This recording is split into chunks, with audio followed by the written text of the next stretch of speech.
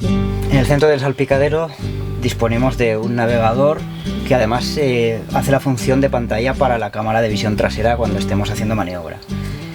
Para encender el navegador, lo que tenemos que hacer es mantener tocando, son controles táctiles, mantener tocando este símbolo de encendido durante unos segundos y arrancará el navegador.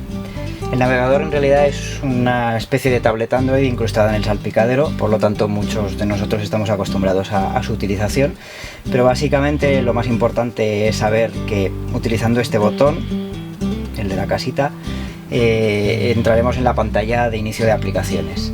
Aquí tenemos desde reproductores multimedia, navegadores de internet, etcétera. Lo que haremos será vincular nuestro móvil con el navegador de forma que tengamos una conexión a internet para poder utilizar Google Maps en este caso, descargarnos nuestra música, etcétera.